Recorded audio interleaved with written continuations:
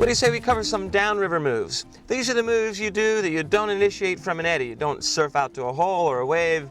Instead, you're just paddling down the river, and it's catch as catch can.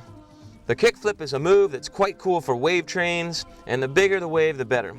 The way to do a kickflip is to paddle with a lot of speed straight down river and right into a wave. You're going to do a long forward stroke up the wave face. Your objective is to pull your body right off the peak of the wave. You should have your edge drop just a little bit, like if you were going to initiate your stern or initiate a wave wheel.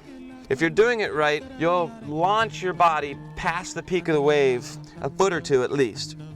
As you run out of stroke, you'll want to throw your head and body back and downwards and go for the quick back deck roll. That motion will actually rotate your boat in the air. If you're not getting far enough around on the kickflip, try either one, initiating your stern harder so your bow launches higher in the air, giving you more time to do the roll before you hit the water. Or two, approach with more speed and pull yourself off the wave harder. The next downriver move is definitely one of my favorites. It's the Macho Move. It's really nothing other than a downriver loop over a wave. Now this move is actually easiest if you do it over smaller waves, say 2 to 3 feet.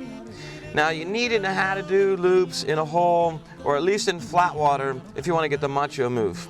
Now your bow stall also needs to be solid.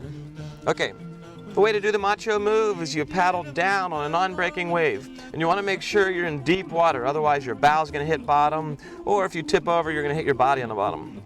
Now you're going to want to come slightly from the side so that you can initiate the bow, but still easily turn straight onto the wave. In other words, when you initiate your bow, you're going to want to be looking straight downstream. Now initiate the bow in the trough of the wave. Get your arms and body as high as possible by leaning back on your back deck with your arms overhead. Your goal here is to bounce down into the trough and have a lot of upwards momentum as you reach the peak of the wave. You'll want to get your boat to be falling on you slightly so you'll be able to flip the boat over in the air. In other words, you don't want to be too vertical. You want to be a little bit past vertical. Now as your body reaches just past the peak of the wave, throw your body down for the loop. Now to help you complete them in the beginning, go ahead and twist your body slightly so you can pull the stern through kind of like you would with a Space Godzilla. To do a freewheel, number one, you want to make sure your drop is deep enough on the landing. Think of the freewheel as a wave wheel. You simply paddle downriver, you pull your body past the peak of the drop, and right as your body passes the peak, you do a hard bow initiation stroke. Boom! Your bow comes through quite easily because you're pushing it through the air instead of through the water. Make sure you flatten the boat out. That way you land on your hull, right side up, you'll just land backwards.